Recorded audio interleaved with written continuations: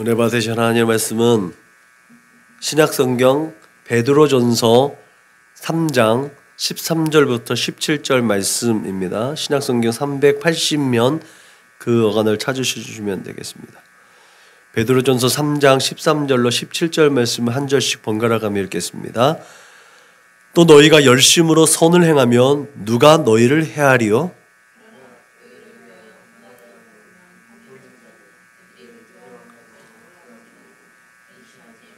너희 마음에 그리스도를 주로 삼아 거룩하게 하고 너희 속에 있는 소망에 관한 이유를 묻는 자에게는 대답할 것을 항상 준비하되 온유와 두려움으로 하고, 이는 그리스도 안에 있는 너희의 선행을 욕하는 자들로 관한 일에 부끄러움을 당하게 하려 함이라. 선을 행함으로 고난받는 것이 하나님의 뜻일진데 악을 행함으로 고난받는 것보다 나으니라. 아멘. 베드로전서 3장 13절로 17절 말씀을 중심으로 해서 본질을 드러내는 삶 같은 말씀을 오늘 하나님 말씀을 대언하려고 합니다. 대림절 주간 두 번째 주간을 맞이했습니다. 예수님을 기다리는 우리의 믿음이 지금 이 시대에 참 먹고 살기 힘들어서 앞이 깜깜하고 소망이 없는 것 같아서 암담하니까 차마 하나님께 범죄할 수는 없고 우리 주님 빨리 오셨으면 좋겠다, 이런 회피성의 기다림이 되지 않기를 주님의 이름으로 축복합니다. 우리가 하나님께서 맡겨주신 소명을 다하고 최선을 다해서, 왜?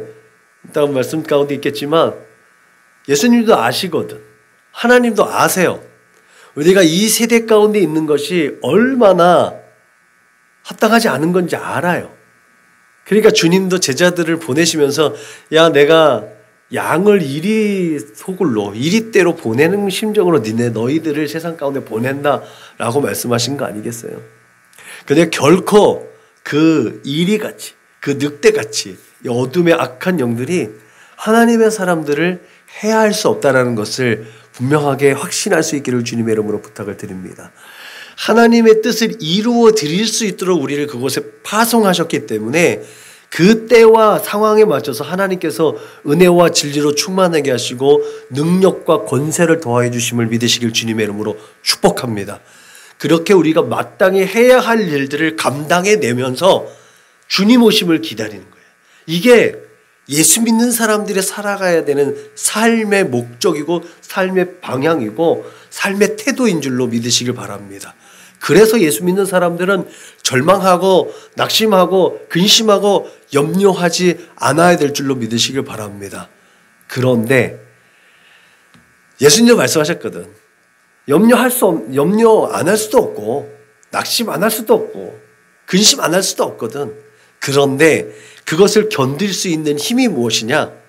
우리 주님을 기다리는 거예요. 이 아이러니하게 앞뒤가 안 맞는 이야기들 같지만 그것이 우리의 삶의 모습인 줄로 믿으시길 주님의 이름으로 축복합니다. 그래서 오늘은 그렇게 본질을 드러내는 삶, 과연 본질이 뭐냐는 거예요. 우리가 잘 모르거든요. 때로는 이게 맞는지 저게 맞는지 참 헷갈릴 때가 많아요. 제가 오늘도 본질에 대해서 얘기하겠지만 그것도 다 정확하냐? 라고 반문할 수도 있는 것들이거든요. 그래서 저는 본질이라는 말을 별로 좋아하지 않아요. 저는 본질보다 야성이라는 말을 좋아해요. 원래 그대로 있던 그 모습, 다듬어지지 않았고 원래 그 모습 그대로. 하나님께서도 그 모습 그대로 하나님의 뜻을 이루기 위해서 하나님 방법대로 그 다양한 사람들을 사용하신 줄로 믿으시길 주님의 이름으로 축복합니다. 하나님께서 그렇기 때문에 로봇과 같이 일반되게 사람들을 만드시지 않으셨다는 거예요. 온유라는 것은 그 안에 담겨져 있어요. 그래서 온유라는 것은 하나님의 뜻에 길들여져 있고 그 안에 그 개개인의 사람들은 하나님께 주신 은사와 달란트대로 그 본질대로 하나님께서 사용하신 줄로 믿으시길 바랍니다. 하나님께서 그렇게 사도 바울은 사도 바울답게 사용하셨고, 베드로는 베드로답게 사용하셨고, 요한은 요한답게 사용하셨어요. 그리고 요한의 형 야고보는 그 야고보답게 사용하셔서 사도들 중에 제일 먼저 죽는 거예요. 보안 어깨, 어부 출신이고 그 다혈질이고 즉흥적이니까 바로 죽는 거예요. 근데 사랑받는 자 요한은 그 형제 똑같이 보아너게라는 이름을 가졌지만 하나님께서 또 하나님의 때를 위해서 그를 또 잘 다듬어 주셔서 말하자면 그때 당시로 천수를 누리게 한 거 아니겠어요? 그 사람들, 하나님께서 사용하시는 사람들을 다양하게 하나님께서 빚어주셔서 그 본질대로, 그 야성 그대로 사용하셨다는 사실을 기억하시길 주님의 이름으로 부탁을 드립니다. 하나님의 사람들이 완전히 다 바뀌는 게 아니에요. 그 안에 성령의 기름으로 덮어주시는 거예요. 그렇게 하나님께서 그 사람의 장점들을 사용하셔서 하나님의 뜻을 이루어 드린다는 사실을 기억하시길 주님의 이름으로 부탁을 드립니다. 오늘 베드로전서 13장부터 17절에 있는 말씀이지만 핵심적인 메시지가 15절과 16절에 있는 말씀이에요. 그 말씀을 제가 조금 간단하게 분석을 하면서 좀 바꿔봤어요. 그렇게 분석을 해서 배열을 하면 이와 같습니다. 하나님께서는 그리스도 안에 있는 교회를 비방하는 자들이 부끄러움을 당하게 하시기 위해서 때론 교회가 난처해지고 억울할 수 있게 한다. 그렇기 때문에 교회는 항상 거룩함으로 단장하고 온유와 두려움과 선한 양심을 가지고 그들에게 하늘의 소망을 대답해 줄 수 있어야 한다라고 읽을 수가 있습니다. 하나님의 계획이 분명합니다. 그것은 우리로 하여금 세상이 부끄러워할 수 있어야 된다는 거예요. 우리가 세상 가운데서 부끄러워하는 게 아니라 세상이 우리를 보고 부끄러워하는 것이 하나님의 뜻과 계획이라는 사실을 기억하시길 주님의 이름으로 부탁을 드립니다. 1세기 그리스도인들은 누차 말씀드렸지만 그리스도인이라는 이름 자체가 조롱과 멸시의 대명사입니다. 결코 칭송받는 이름이 아니에요. 지금 우리 한국교회 그리스도인들은 내가 기독교인이라는 것을 굉장히 프라이드로 가지고 있었던 시기가 있었죠. 그것이 메이저 그룹에 속해서 사람들 앞에서 드러내려고 했던 모습들 때문에 지금은 많은 지탄을 받고 있지만 그리스도인이라는 이름이 그렇게 명예로운 이름은 아니었다라는 사실이에요. 어쩌면 지금 우리가 당하고 있는 외면당하고 조롱당하고 멸시당하는 그런 모습이 원래 1세기에 그리스도인의 본 모습 아니겠느냐라는 얘기도 종종 들리는 이유가 여기에 있는 것이죠. 그렇기 때문에 그 당시에 그리스도인이라고 자기가 담대하게 말할 수 있다는 것은 굉장히 큰 믿음과 용기가 필요하고 대단한 결단과 각오가 있어야 했었던 시기였습니다. 그런 믿음의 소유자들이 있던 것이 바로 교회입니다. 더군다나 그들은 조상들에게 약속하신 가나안 땅이 아니라 세상 권력자들에 의해서 임의로 타의에 의해서 이방 땅에 흩어진 사람들이잖아요. 그렇게 억지로 끌려와서 진짜 성경 그대로 나그네로 살아가는 사람들이에요. 자기네 땅이 아니라. 그렇게 정말 이방 족속의 이방 땅에서 이방인으로 살아가는 그런 나그네의 삶을 살고 있었던 것이 오늘 베드로서를 대하는 그 독자들, 교회 성도들의 본 모습이었어요. 상황이었어요. 그래서 나그네의 삶을 전제로 한 베드로의 교훈은 이들에게는 완전히 공감될 수 있는 교훈이었습니다. 그런 수신자들에게 베드로는 그리스도인됨을 부끄러워하는 것을 뛰어넘어서 이제 보다 더 적극적인 삶을 살아낼 것을 주문합니다. 그렇게 사도는 위로와 평안이 아니라 오히려 적극적인 행동을 통해서 선을 행하라고 교훈하고 있음을 믿으시길 바랍니다. 이것이 손가락질 당하는 사람이 오히려 칭송받는 사람보다 바뀌어지는, 그래서 세상이 욕하고 조롱하고 멸시했는데 오히려 그것이 부끄러워하는 것, 그게 바로 그리스도인의 모습이라는 것을 베드로는 오늘 우리에게 교훈하고 있는 줄로 믿으시기 바랍니다. 사도의 교훈에 의하면 누가 회방하거나 간섭할 수 없는 존재로서 그런 선한 일을 감당할 때 누가 해코지 하겠느냐는 거예요. 그렇지만 사실 세상은 그렇게 만만한 것이지 아니잖아요. 그렇게 만만치 않아요. 우리가 아무리 착한 마음과 소중하게 아끼고 아낀 재정으로 선한 일을 하지만 그 선한 일을 왜곡하고 시기하고 거부하는 무리들은 항상 있습니다. 언뜻 상충되는 말 같지만 세상이 감당하지 못하는 사람들이란 그렇게 세상이 이해하지 못한다는 사실을 전제하고 있습니다.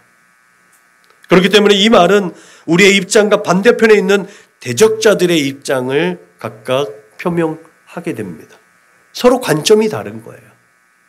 세상이 감당하지 못하는 사람, 우리 믿는 사람들 입장에서는 정말 믿음이 출중하고 하나님의 뜻에 합당한 삶을 살아가는 사람들이라고 보는 관점이겠지만 세상은 세상의 방법으로 세상의 기준에 맞지 않기 때문에 도무지 이해할 수 없는 사람들로 그 관점을 가지고 있기 때문에 세상이 감당하지 못할 사람이라는 건 그런 이중적 관점을 가지고 있습니다.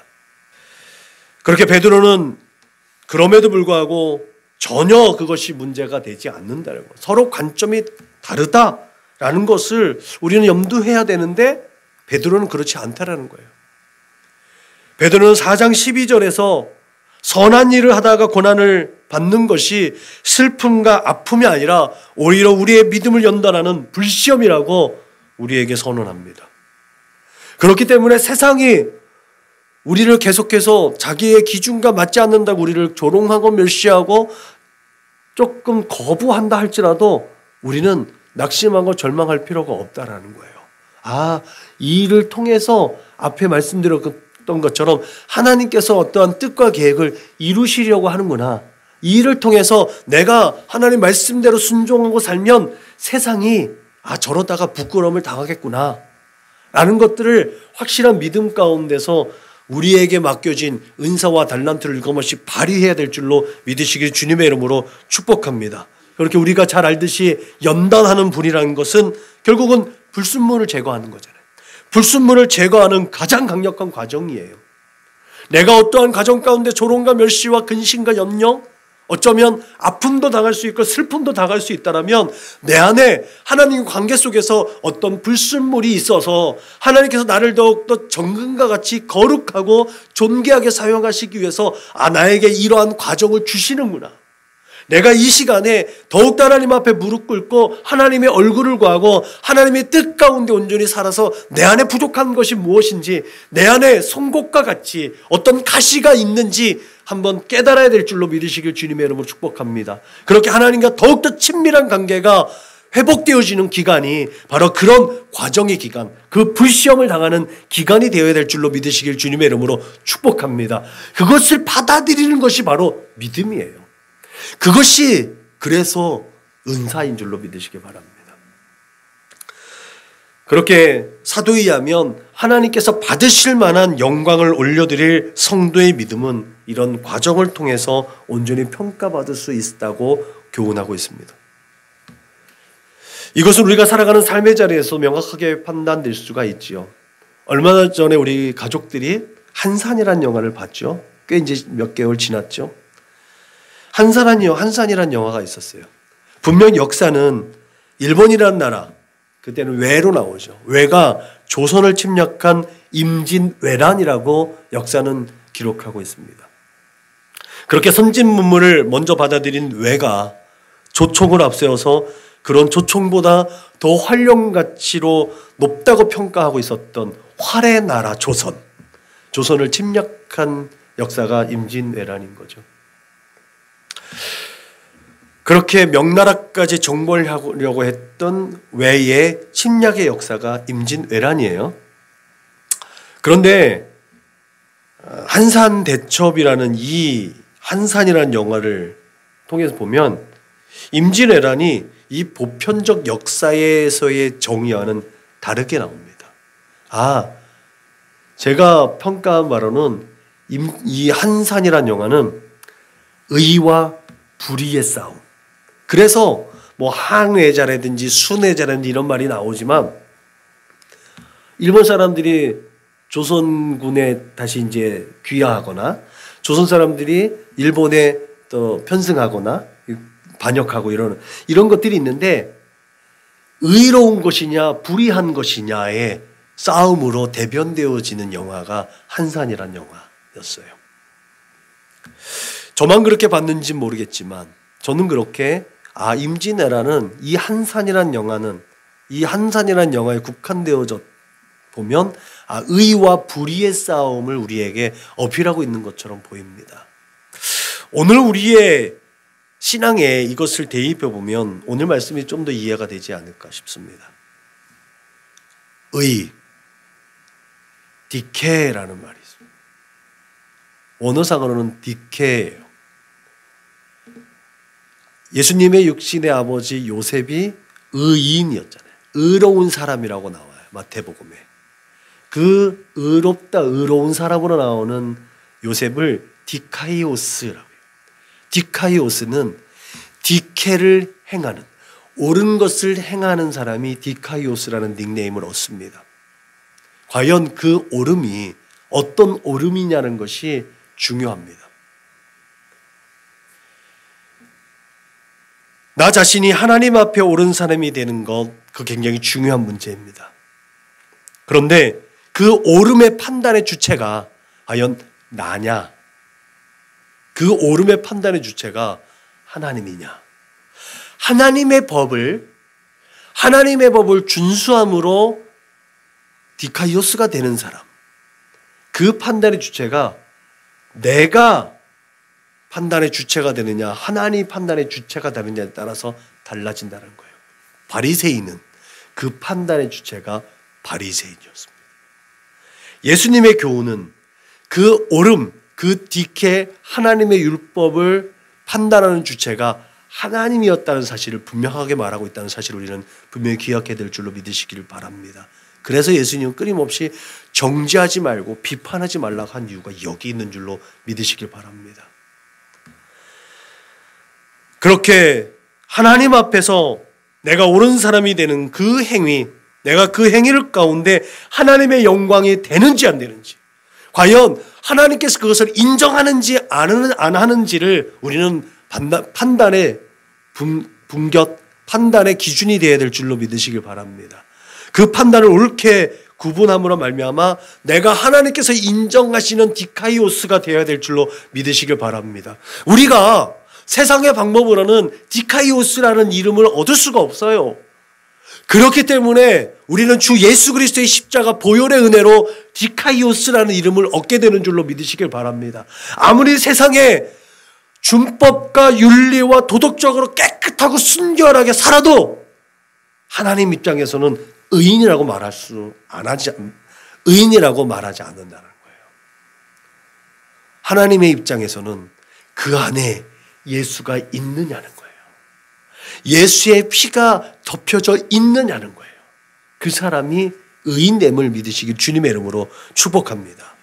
그런 측면에서 베드로는 우리가 하나님 앞에 의인되는 그 행위의 기준이 그리스도의 고난에 참여하는 것이라고 규정하고 있습니다. 그래서 사도 바울도 이후로는 누구든지 나를 괴롭게 말라, 내가 예수의 흔적을 가졌노라고 얘기했고, 골로새서도 보면 내가 예수님의 십자가의 남은 고난에 참여한다는 거예요. 우리가 이 세대를 살면서 내가 예수 믿는데 왜 이렇게 힘들어? 내가 예수 믿는데 왜 이렇게 아픔과 슬픔이 끊이지 않느냐라고 탄식하고 절망하고 낙심할 이유가 없는 줄로 믿으시길 바랍니다. 내가 그때일수록 예수 그리스도의 남은 고난에 참여하는 것이고 누구든지 괴롭게 하지 못하는 예수 그리스도의 십자가의 흔적이 내 안에 있어서 이 과정이 있구나. 그럴 때 내가 예수 안에 있구나. 내가 하나님의 영광 가운데 살아가고 있구나. 하나님께 그 감사로 하나님께서 우리를 영원하게 하는 줄로 믿으시기를 주님의 이름으로 축복합니다. 어쩌면 이것이 이 세상 나그네 삶을 살아가는 우리의 본질이 아닐까 싶습니다. 너희가 그리스도 고난에 참여하는 것으로 즐거워하라. 너희가 그리스도의 이름으로 치욕을 당하면 복 있는 자로다. 만일 그리스도인으로 고난을 받으면 부끄러워하지 말고 도리어 그 이름으로 하나님께 영광을 돌리라. 사도의 교훈에 따르면 그리스도를 믿는 것이 세상에 부끄러움이 되지 않기 때문에 보다 더 당당하게 삶의 자리에서 그리스도인됨을 표현하라고 전하고 있는 거예요. 베드로의 이 말은요, 우리가 오늘 빌립보서 읽었듯이 사도 바울이 자기가 가지고 있던 그 세상적인 하이클래스에 있는 그 모든 스펙들이 배설물로 여겨졌다고 얘기하는 것과 똑같습니다. 내가 예수 믿는 것이 부끄러운 게 절대 아니니까 그리스도의 힘을 자랑하라는 거예요.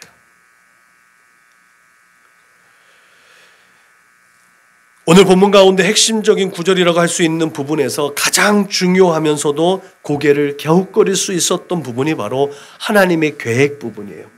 다시 한번 말씀드리면 하나님께서는 그리스도 안에 있는 교회를 비방하는 자들이 부끄러움을 당하게 하시기 위해서라는 이 분명한 목적과 계획을 통해서 우리에게 때로는 이 과정을 겪게 해준다는 사실을 믿게 됩니다. 예수님께서 제자들을 파송하시면서 이 분명한 하나님의 계획을 밝혀주셨죠. 보라, 내가 너희를 보냄이 양을 이리 가운데로 보냄과 같도다. 사람들을 삼가라. 그들이 너희를 공회에 넘겨주겠고 그들의 회당에서 채찍질하리라. 또 너희가 나를 말미암아 총독들과 임금들 앞에 끌려가리니 이는 그들과 이방인들에게 증거가 되게 하려 하심이라. 이것이 우리를 통해 세상에 드러내시는 하나님의 계획이었고 또 그 계획 속에 있는 우리의 삶인 줄로 믿으시기 바랍니다. 그래서 그리스도를 믿는 것이 세상에 부끄러움이 되지 않기 때문에 보다 더 당당하게 삶의 자리에서 그리스도인됨을 자랑할 수 있기를 주님의 이름으로 부탁을 드립니다. 팬데믹 이후에 교회와 성도는 사회적으로 거부당하고 내부적으로는 상당히 많이 위축되어져 있습니다. 그렇지만 이럴 때일수록 더 겸손하게, 더 부지런하게, 더 많이 사랑하고 힘이 지나도록 죽게 하듯 섬기는 마음과 자세로 온전한 그리스도인의 삶을 살아내야 될 줄로 믿으시길 바랍니다. 그렇게 이 세대 가운데 증거가 되는 우리 사랑하는 믿음의 거룩한 권속들이 되시기를 주님의 이름으로 축복합니다. 이것이 누군가 회방하고 간섭할 수 없는 그리스도인의 삶인 줄로 믿습니다. 그렇게 선한 일을 감당하다가 당하는 외면과 고립과 거부는 그래서 연단한 불이라는 거죠. 그렇기 때문에 우리의 믿음과 소망을 지금 이 순간 우리의 삶의 자리에서 더욱 강력하게 당금질하고 재련되고 있음을 믿으시길 주님의 이름으로 축복합니다. 어떤 사람이 영생에 대한 질문을 가지고 예수님을 찾아왔습니다. 그리고 예수님을 선한 선생님이라고 물었습니다. 그렇게 불렀죠. 그때 예수님께서 하신 말씀이 뭐예요? 야, 어찌하여 나를 선하다고 하느냐? 선하신 분은 하나님 한 분뿐이다. 어째서 예수님은 하나님 한 분 외에는 선한 이가 없다고 말씀하셨을까? 이후 예수님이 의도하신 것을 통해서 보면 종교적인 활동이나 윤리적인 삶이 선한 것이 아님을 분명하게 알 수 있습니다. 예수님께서는 그에게 말씀하시기를 내가 계명을 안 하니 간음하지 말라, 살인하지 말라, 도둑질하지 말라, 거짓 증언하지 말라, 내 부모를 공경하라 하였느니라고 율법을 다시 한번 언급하셨습니다. 그 사람이 자신을 의롭게 보이려고 예수님, 제가 이것을 어려서부터 잘 지켰습니다 라고 대답하죠. 그것에 대해서 예수님이 또다시 그에게 질문합니다. 네게 아직도 한 가지 부족한 것이 있으니 네가 있는 것을 다 팔아서 가난한 자들에게 나눠주라. 그리하면 하늘에서 네게 보화가 있으리라. 그리고 와서 나를 따르라. 그리고 예수님이 말씀하시기를 낙타가 바늘귀로 들어가는 것이 부자가 하나님 나라에 들어가는 것보다 쉽다고 말씀하셨습니다. 이 말씀을 통해서 오직 구원은 하나님만이 할 수 있는 것이라는 진리를 깨닫게 됩니다. 그래서 선한 것은 구원의 문제입니다. 선행이 그래서 우리가 어떤 복지적인 것, 누구를 긍휼히 여기고 누구를 불쌍히 여겨서 물질을 공급하고 아름다운 마음 갖는 건지 선행으로 딱 규정하지 않고 있어요. 성경은 선한 것은 구원을 의미합니다. 그렇기 때문에 선한 것은 하나님의 의와 관계됩니다. 공의로우신 하나님께서 우리의 죄와 허물을 덮으시기 위해 발동된 그 사랑의 표현이 바로 예수 그리스도이심을 믿으시기 바랍니다. 이것을 믿는다면 그 하나님의 행동이 우리가 살아갈 삶의 본질임을 믿으시기 바랍니다. 선한 일이라는 건 그래서 예수를 말하는 거예요. 예수를 말하면서 하나님의 사랑을 표현하는 것이 선한 일인 줄로 믿으시길 주님의 이름으로 축복합니다. 그런 의미에서 복음은 언제나 항상 기존의 문화적 질서와 그 사회적 제도 안에서 도전하고 그 돌파구를 찾아갔고 그 안에서 복음의 영향력을 확장해 나갔음을 믿으시기 바랍니다. 늘 끊임없이 부딪히는 벽이었어요. 늘 끊임없이 막히는 골목이었어요. 그러한 선한 영향력은 그래서 착하고 부지런함과 성실함을 넘어서서 거룩함이라는 하나님의 본질, 하나님의 온전하신 것 같이 너희도 온전하라고 하신 그 거룩한 본질을 드러냈음을 깨달으시기를 주님의 이름으로 축복합니다.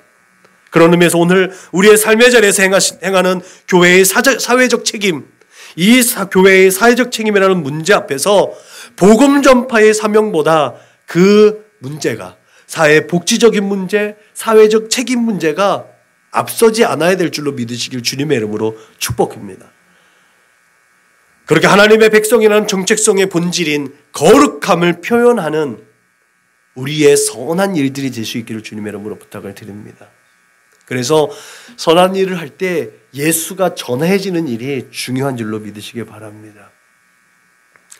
그리고 언제나 그렇듯이 그 거룩함을 표현하는 그 삶의 자리에는 어둠의 영이 우는 사자같이 두루 삼킬 자를 찾고 있음을 기억해야 될 줄로 믿으시기 바랍니다. 그래서 선을 행하는데 애매하게 고난을 받을 수 있다라는 것이 베드로의 교훈이에요.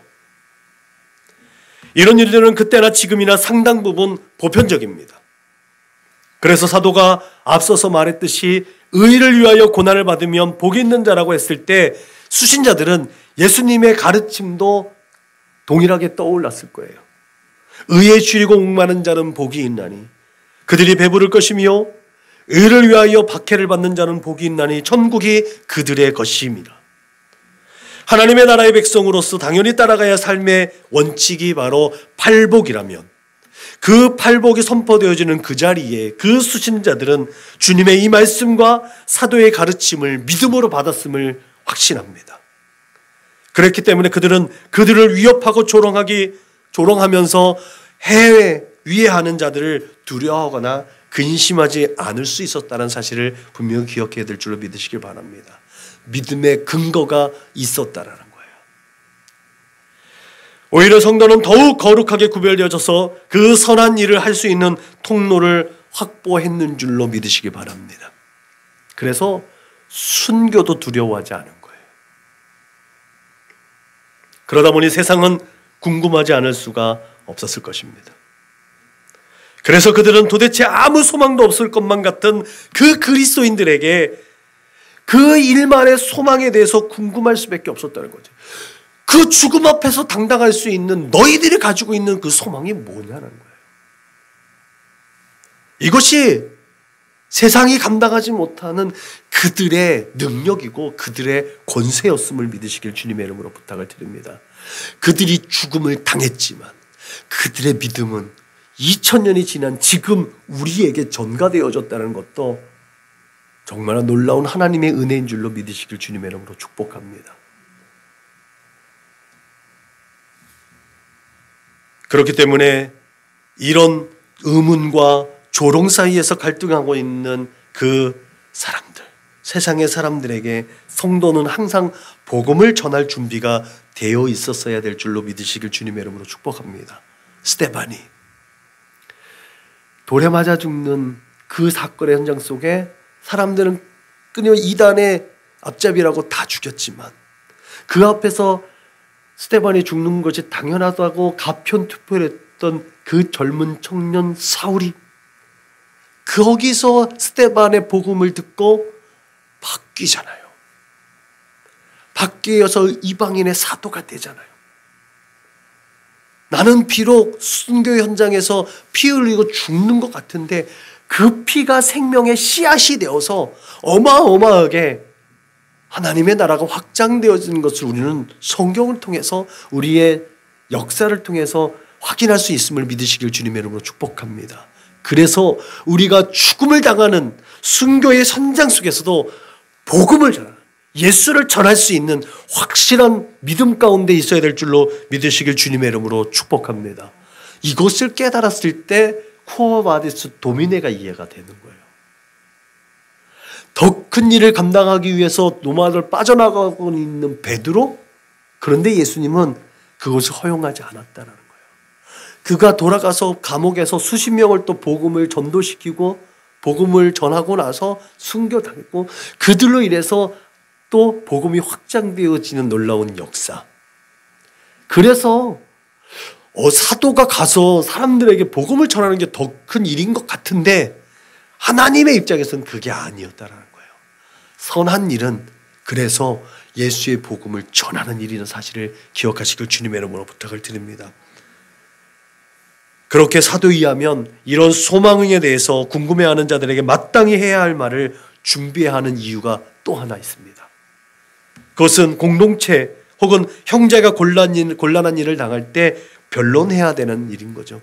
사도 바울이 끊임없이 변증한 것이 결국은 성경으로 우리에게 교훈으로 다가왔듯이 하나님, 우리 주 예수님, 성령님, 교회에 대해서 끊임없이 변론해 줄 수 있는 확실한 조직신학적 어떤 신학적 기반이 우리에게 있어야 될 줄로 믿으시길 바랍니다. 맹목적인 신앙은 변론을 할 수가 없어요. 그래서 신학과 신앙이 균형이 있어야 된다는 거예요. 그래서 한쪽에 치우치지 않고 균형이 있는 믿음을 갖는 것도 중요한 줄로 믿으시길 주님의 이름으로 축복합니다. 그 모든 것이 그렇게 억지 주장이 아니라 근거 있는 사실이라는 것을 증명하기 위해서 이전부터 누적되어져 있는 그들의 선한 행실이 증거가 되어져야 돼요. 어느 날 갑자기 하는 일이 아니라 끊임없이 증거되어지는 일들. 그래서 어쨌든지 그리스도인은 선한 양심을 가지고 선한 일을 행하는 삶을 살아내야 된다는 명제를 얻게 됨을 믿으시길 바랍니다. 그렇게 누구든지 그렇게 인정할 수밖에 없는 삶의 궤적으로 우리를 회방하고 우리를 조롱하고 우리를 그렇게 거부하는 그들의 악한 것들이 멈춰질 수 있는 능력과 권세가 여러분들에게 주어지기를 주님의 이름으로 축복합니다. 결론적으로 말씀을 마치면서 공평하신 하나님을 소개하기로 합니다. 또 의인이 겨우 구원을 받으면 경건하지 아니한 자와 죄인은 어디에 서리요? 라고 베드로는 우리에게 교훈하고 있지요. 전혀 다른 문화와 세계 속에서 살아가는 우리의 인생에 전하는 깊은 비밀이 여기에 있지요. 그것은 하나님께서는 결코 내로남불하지 않는다는 거예요. 성경은 끊임없이 하나님께서 내 백성이라고 이렇게 품어주시는 것 같아요. 그런데 또 한쪽 편에서는 하나님은 결코 한 인생도 멸망받기를 원하지 않는다는 분명한 메시지가 있다는 거예요. 어쩌면 내 백성부터 혼낸다. 이게 우리 하나님을 대변하는 분명한 메시지인 것 같아요. 예수를 믿지 않는 사람들은 영벌, 지옥불에 떨어지고 심판하고 징계하시고 둘째 사망이 저들에게 임하는 게 당연한 결과예요. 그러나 그렇게 버려지지 않도록, 그렇게 심판받지 않도록 그 오랫동안 참으시는 하나님의 사랑. 그래서 하나님께서 보여주시는 기준은 내 백성부터 혼낸다. 그게 이스라엘 아니겠습니까? 하나님께서는 분명 제정하신 법과 원칙으로 살아야 했던 그 백성부터 판단하셨습니다. 그래야 경건하지 않는 죄인, 그런 죄인들이 하나님의 판단에 대해서 순응할 수 있기 때문에 그렇습니다. 하나님께서 당신의 백성을 테스트하는 것이 아니라 오히려 불신자들의 손을 통해서 당신의 백성에게 시련과 고통과 환난의 과정이라는 불실험을 허락하게 하셔서 회전하는 그림자도 없으신 하나님의 거룩하심에 합당한 성도를 구별하게 하는 것. 그게 다니엘이에요. 그렇죠? 그게 예레미야고 그게 에스겔이고 그게 성경에서 마주대하는 하나님의 사람들의 모습이었다는 사실이죠. 그러므로 오늘 우리의 삶의 자리에서도 하나님께서는 불신자들의 조롱과 멸시와 그 외면이라는 도구를 통해서 우리를 온전하게 하실 줄로 믿으시기 바랍니다. 이것이 세상 속에 있는 그리스도인의 삶의 자리입니다. 이것이 우리를 세상에 보내신 하나님의 뜻과 계획인 줄로 믿으시기 바랍니다. 그렇기 때문에 하나님께서 당신의 백성에게도 이렇게 가혹하시다면 복음에 순종하지 않는 자들을 향한 심판은 어떠하겠는가? 이 물음 앞에서 우리는 이렇게 우리를 온전하게 빚어주시는 하나님께 우리가 더 감사하고 오히려 더 즐거워하고 기뻐할 수 있는 근거를 찾을 수 있는 줄로 믿게 됩니다. 그렇게 세상이 우리를 조롱하고 멸시하고 외면하는 가운데서도 우리에게 부여된 선한 일을 수행할 때 우리는 하나님께서 새롭게 창조하실 그 새 하늘과 새 땅을 여는 축복의 사역에 동역하는 그 동역자로 하나님 앞에 세워지는 줄로 믿으시길 주님의 이름으로 축복합니다. 이것이 우리가 회복해야 하고 지향해야 할 본질을 드러내는 은혜와 축복의 삶인 줄로 믿으시길 바랍니다. 그런 의미에서 우리는 선생되려 하지 말고 아비가 되는 그런 삶을 살아내야 될 줄로 믿으시길 바랍니다. 나 자신은 이 세대 속에서 거룩하고 진실하게 살아가면서 나와 관계된 이웃에게는 징계와 교훈과 비난과 비판과 정죄보다는 그렇게 긍휼과 자비로 걱정해주고 위로해줄 수 있는 삶, 그것이 바로 예수 안에서 선한 일을 통해서 하나님의 역사를 드러내고 예수의 복음을 힘있게 증거하는 진짜 하나님께서 원하시는 선행인 줄로 믿으시길 주님의 이름으로 축복합니다. 기도하시겠습니다. 하나님 감사합니다. 이 세대 가운데 많은 스승이 있지만 아비 되려 하는 자가 많지 않다라고 사도는 교훈했습니다. 하나님 그 교훈답게 이 세대를 살아가면서 아비의 마음으로 이 세대의 불쌍한 영혼들을 품을 수 있도록 주님 역사하여 주옵소서. 저들을 징계하고 비탄하고 비난하고 정죄하기보다 하나님께서 우리 안에 심으신 하나님의 성품을 따라 긍휼과 자비함으로 겸손과 온유함으로 저들을 품어줄 수 있는 믿음 허락하여 주옵소서. 하나님의 큰 사랑을 품고 하나님 저들의 허물까지도 덮어줄 수 있는 믿음의 소유자들로 살아갈 수 있도록 주님 역사하여 주옵소서. 그 본질적인 삶, 하나님께서 원하시는 그 복된 삶을 늘 끊임없이 이루어드리는 거룩하고 복된 삶을 살아낼 수 있도록 주님 축복하여 주옵소서. 감사하며 걸어가신 우리 구주 예수님의 이름으로 축복하며 기도하였습니다. 아멘. 주님의 마음 닮아서 이웃을 사랑하는 교회, 주님의 영광을 위해서 빛 되신 주님 전하는 교회, 사랑의 불꽃이 활짝 피어나 날마다